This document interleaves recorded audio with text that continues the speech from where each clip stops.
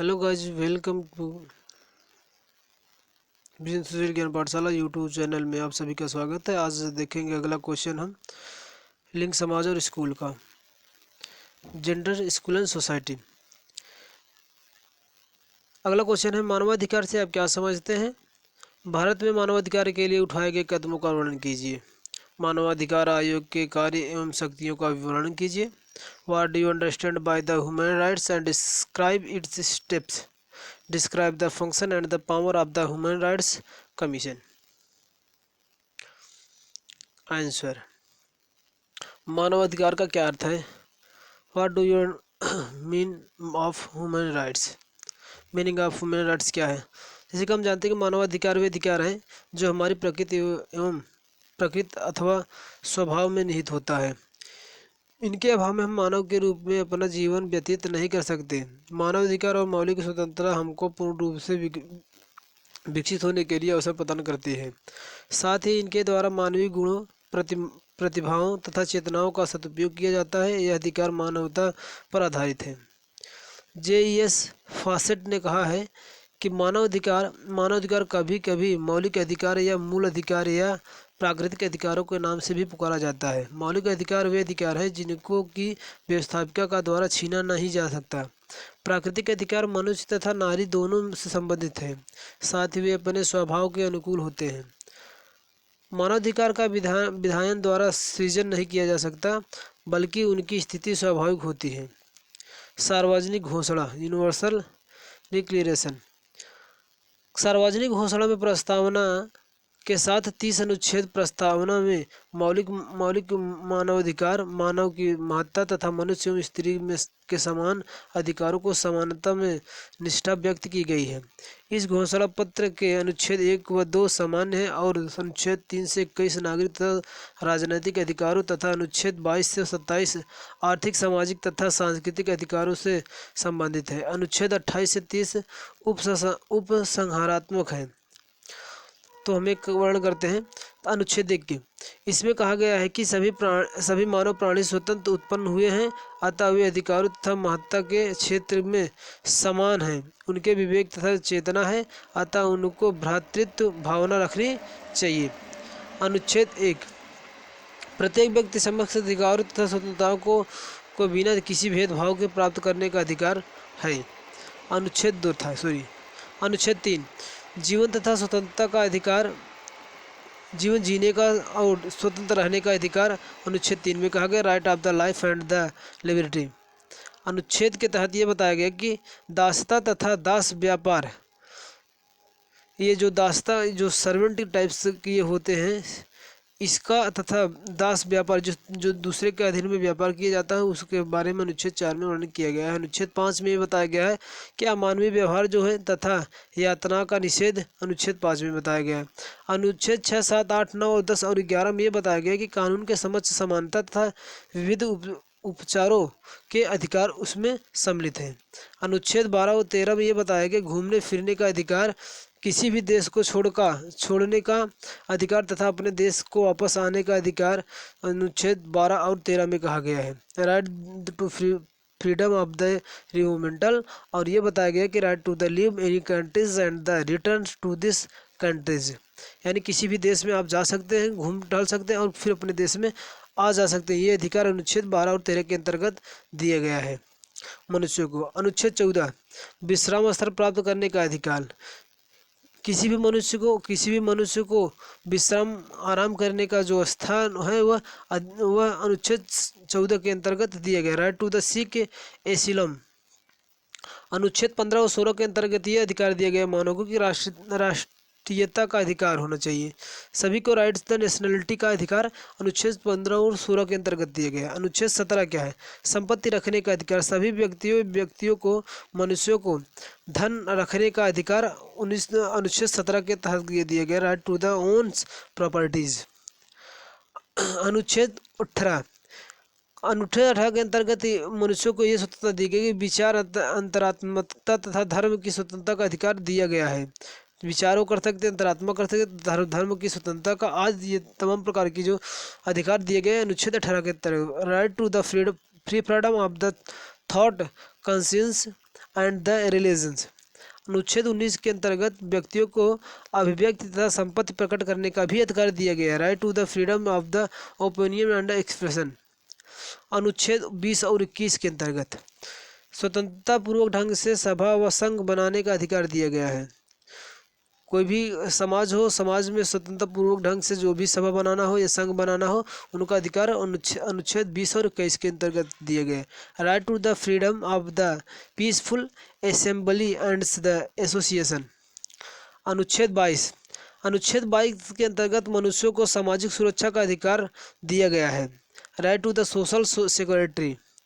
अनुच्छेद 23 और 25 के अंतर्गत मनुष्यों को यह दिया गया है, अधिकार दिया गया, कार्य करने का अधिकार उनको दिया गया है, राइट टू वर्क, रोजगार प्राप्त करने की स्वतंत्रता दी गई है, freedom free choice of the employment. अनुच्छेद 26। अनुच्छेद 26 के अंतर्गत यह बताया गया कि शिक्षा प्राप्त करने का अधिकार व्यक्तियों को दिया गया, राइट टू द एजुकेशन। अनुच्छेद 27 के अंतर्गत विभिन्न कलाओं के आनंद लेने का अधिकार भी मनुष्यों को दिया गया है तथा वैज्ञानिक विज्ञापनों में भाग लेने का भी अधिकार मनुष्यों के अनुच्छेद 27 के अंतर्गत दिया गया है। अनुच्छेद 28। इस घोषणा पत्र को स्वतंत्र पूर्णतः प्राप्त किया जा सकता है। किसी भी घोषणा पत्र को अनुच्छेद 28 के अंतर्गत व्यक्ति प्राप्त कर सकता है। अनुच्छेद 29। अनुच्छेद 29 के अंतर्गत व्यक्तियों को उनमें उस दायित्व का विवेचना किया जा सकता है जिसका व्यक्ति को अपने समुदाय के प्रति निर्वाह करना है। अनुच्छेद 30 के अंतर्गत यह बताया गया है कि इसमें कहा गया है कि कोई भी राष्ट्र उन अधिकारों को विवेचना अपने दृष्टिकोण से नहीं कर सकेगा, बल्कि इसमें घोषणा पत्र निहित अधिकारों को प्रदान करने के लिए ही कार्य करेगा। संयुक्त राष्ट्र संघ की आर्थिक तथा सामाजिक परिषद में सन 1946 में मानवाधिकार आयोग कमीशन ह्यूमन राइट की स्थापना की गई थी। मानवाधिकार आयोग जो है कि 1946 में स्थापित की गई थी। प्रारंभ में इस कमीशन में 32 सदस्य थे। इस समय इसकी सदस्यों की संख्या 53 बढ़ के हो गई है। यह आयोग हजारों शिकायतें प्रदान करता है और यह सरकारों को उनके उत्तर देने के लिए कहता है। इसने मानवाधिकारों के उल्लंघनों को भी रोकने में महत्वपूर्ण भूमिका अदा की गई है। अगला है भारत में मानवाधिकारों के संरक्षण के लिए उठाए गए कदम। मानवाधिकार के संरक्षण को सुरक्षित रखने के लिए भारत में कौन कौन से कदम उठाए गए हैं। Step for the protection of human rights in India. हम बताएं कि भारत में सन 1966 के अंतर्राष्ट्रीय अनुबंधों का एक सदस्य रहा है। भारत में इसमें निहित मानवाधिकारों के संरक्षण का दायित्व स्वयं किया गया है। इसके लिए राष्ट्रीय मानवाधिकार आयोग नेशनल ह्यूमन राइट कमीशन की स्थापना की गई। इस कमीशन के निम्नलिखित सदस्य थे। पहला, कमीशन का अध्यक्ष व्यक्ति सर्वोच्च न्यायालय का मुख्य न्यायाधीश रह चुका हो। कमीशन का अध्यक्ष वही बन सकता है वह व्यक्ति जो सर्वोच्च न्यायालय का मुख्य न्यायाधीश रहा हो। दूसरा, एक सदस्य कैसे सदस्यता प्राप्त करने के लिए सर्वोच्च न्यायालय का न्यायाधीश हो या रह चुका हो। और एक सदस्य बन सकता है हाई कोर्ट का मुख्य न्यायाधीश हो या रह चुका हो। फिर दूसरा सदस्य मानवाधिकार के मामलों का ज्ञान रखने वाला विशेषज्ञ हो। तो जो है कि वह अध्यक्ष या कोई एक सदस्य बन सकता है। पांचवा, अल्पसंख्यकों के लिए राष्ट्रीय आयोग, अनुसूचित जाति एवं जनजाति के लिए राष्ट्रीय आयोग तथा महिलाओं के लिए राष्ट्रीय आयोग का अध्यक्ष। छठवां, आयोग का महासचिव सेक्रेटरी जनरल यह आयोग का मुख्य कार्यकारी अधिकारी होगा। इस आयोग का मुख्यालय दिल्ली में होगा। आयोग केंद्र सरकार की अनुमति प्राप्त करके भारत के अन्य स्थानों पर भी अपने कार्यालय स्थापित कर सकता है। हम कह सकते हैं कि सदस्यों एवं अध्यक्षों की नियुक्ति भारत के राष्ट्रपति के द्वारा की जाएगी। राष्ट्रपति उनकी नियुक्ति एवं समिति की सिफारिश पर करेगा। इस समिति के निम्नलिखित सदस्य होंगे। पहला, भारत का प्रधानमंत्री अध्यक्ष होता है। लोकसभा स्पीकर जो होता है सदस्य होता है। गृह मंत्री जो गृह मंत्रालय का जो मंत्री होता है सदस्य होता है। लोकसभा के विपक्षी दल का नेता सदस्य, राज्यसभा के विपक्षी दल के नेता सदस्य होते हैं और राज्यसभा का डिप्टी चेयरमैन भी सदस्य कहलाता है। सर्वोच्च न्यायालय का आसीन जज या हाईकोर्ट का आसीन जज मुख्य न्यायाधीश की सलाहकार पर नियुक्त किया जाता है। किया जा सकता है। कमीशन का अध्यक्ष एवं उनके सदस्य कार्यकाल की नियुक्ति की तिथि में 5 वर्ष का होता है। सदस्य दोबारा भी बनाया जा सकता है। कोई भी सदस्य 70 वर्ष की आयु से अधिक का नहीं होगा, अर्थात वह 70 वर्ष की आयु तक कार्य कर सकता है। मानवाधिकार के कार्य एवं शक्तियाँ क्या क्या हैं? Function and power of the commission on human rights. मानवाधिकार के निम्नलिखित कार्य इस प्रकार से हैं। पहला, किसी व्यक्ति या आहत व्यक्ति के द्वारा प्रस्तुत की गई याचिका पर तफ्तीश करना होगा। दूसरा, मानवाधिकारों के अतिक्रमण की शिकायत पर विचार करना पड़ता है। तीसरा, मानवाधिकार के उल्लंघन में सरकार अफसर द्वारा बरती गई अवहेलना पर विचार करना होता है। चौथा, किसी न्यायालय में मानवाधिकार संबंधित मामले आदि लंबित पड़े यानी ढेर दिन से पड़े हो उस न्यायालय की अनुमति से उनमें हस्तक्षेप करना होता है। पांचवा, मानवाधिकारों के क्षेत्र में अनुसंधान करना है। छठवां है कि जनता को मानवाधिकारों के प्रति जागरूक बनाना होता है। ऐसे प्रचार के लिए प्रकाशित सामग्री तैयार करना तथा जनसंचार के लिए साधनों का उपयोग करना होता है।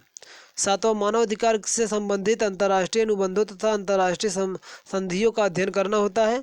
आठवां, संविधान द्वारा प्रदान किए गए संरक्षणों की पुनरीक्षण करना और उनकी प्रभावी रूप से लागू करने का उपयुक्त सुझाव प्रस्तुत करना होता है। सन 1993 में protection of the human rights act, the protection of human right act 1993 के अंतर्गत भारत के राज्यों के राज्यीय मानवाधिकार आयोग स्थापित करने की व्यवस्था की गई थी। राज्य मानवाधिकार आयोग के निम्नलिखित सदस्य हैं। आयोग का अध्यक्ष जो किसी हाई कोर्ट का मुख्य न्यायाधीश रह चुका हो। एक सदस्य कैसे बन सकते हैं? हाई कोर्ट का न्यायाधीश हो या रह चुका हो। फिर सदस्य बन सकते हैं राज्य का जिला जज हो या रह चुका हो। दूसरा है और कैसे बन सकते हैं? मानवाधिकारों का ज्ञान एवं व्यवहारिक अनुभव रखने वाला व्यक्ति हो। और सेक्रेटरी कैसे बनते हैं? यह व्यक्ति राज्य आयोग का मुख्य कार्यकारी अधिकारी होगा। आयोग का मुख्यालय राज्य शासन द्वारा निर्धारित स्थान पर स्थापित किया जाएगा। आयोग के अध्यक्ष तथा अन्य सदस्यों की नियुक्ति राज्यपाल द्वारा की जाएगी। राज्यपाल समिति की सिफारिश पर इनको नियुक्त करेगा। इस समिति में निम्नलिखित व्यक्ति होंगे। पहला, राज्य का मुख्यमंत्री होगा। मुख्यमंत्री इस समिति का अध्यक्ष कहलाएगा। दूसरा, विधानसभा का स्पीकर होगा जो कि एक सदस्य के रूप में होगा। तीसरा, गृह विभाग का मंत्री होगा जो एक सदस्य के रूप में होगा। चौथा, विधानसभा के विपक्षी दल का नेता होगा जो एक सदस्य के रूप में होता है। जिस राज्य में विधान परिषद होगा उसका चेयरमैन तथा विधान परिषद के विपक्ष के नेता भी इस समिति के सदस्य होंगे। हाईकोर्ट तथा जिला न्यायालय के आसीन जज हाईकोर्ट के मुख्य न्यायाधीश से विचार विमर्श करने के पश्चात ही नियुक्त किए जाएंगे। इन सभी सदस्यों का कार्यकाल नियुक्ति की तिथि से 5 वर्ष होगा, परंतु 70 वर्ष की अवधि प्राप्त करने तक ही इनका कार्यकाल रहेगा। जिस समय संयुक्त राष्ट्र संघ में मानवाधिकार का घोषणा पत्र जारी किया जाता है उस समय भारत की निर्मात्री सभा स्वतंत्र भारत के लिए संविधान निर्माण का कार्य कर रही थी। संविधान निर्मात्री सभा के इस घोषणा पत्र पर ध्यान दिया है और बहुत से मानवाधिकारों को भारतीय नागरिकों को मौलिक अधिकार के रूप में प्रदान किया है, जो कि इस प्रकार है। संविधान विविध के समक्ष सभी को समान स्थिति में देता है। धारा 14 के अनुरूप संविधान आदेश देता है कि किसी नागरिक के विरुद्ध केवल धर्म, मूल, वंश, जाति, लिंग, जन्म स्थान या इनमें से किसी एक के आधार पर कोई विभेद नहीं किया जा सकता, धारा 15 के अनुसार।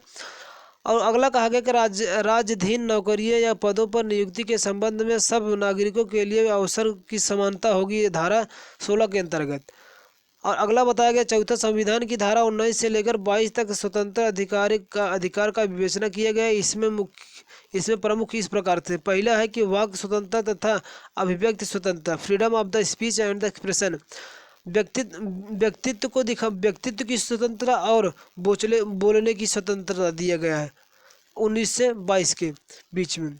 दूसरा, इसमें बताया गया शांतिपूर्वक तथा निरायुक्त सम्मेलन का अधिकार दिया गया है, धारा 19 से लेकर 20 के बीच में, right to assemble the peacefully. तीसरा, संस्था का संघ बनाने का अधिकार, धारा 19 से 22 के अंतर्गत दिया गया है। चौथा, भारत राज्य क्षेत्र में सर्वत्र अबाध संचरण कर सकता है या संचरण करने का अधिकार। पांचवा, भारत राज्य क्षेत्र के किसी भी भाग में निवास करने तथा बस जाने का अधिकार, धारा 19 से लेकर 22 के अंतर्गत दिया गया है। अगला ये बताया गया कि संपत्ति को जुटाने का और धारण तथा व्ययन करने का अधिकार इन्हीं के अंतर्गत दिया गया है। अगला ये बताया कि कोई भी वृत्ति आजीविका, व्यापार या कारोबार करने का भी अधिकार है। पांचवा बताया गया प्रत्येक व्यक्ति को प्राण तथा दैहिक स्वाधीनता का संरक्षण है, कि कोई भी व्यक्ति अपना प्राण तथा दैहिक को स्वतंत्रता से निर्वहन कर सकता है। छठवां 14 वर्ष से कम उम्र वाले किसी भी बालक को किसी कारखाने अथवा खान में नौकरी न दी जाए, काम न कराया जाए। सातवां धारा 29 समस्त अल्पसंख्यकों वर्गों को आश्वस्त करती है कि उन्हें अपनी विशेष भाषा, लिपि या संस्कृति को बनाए रखने का अधिकार भी होगा।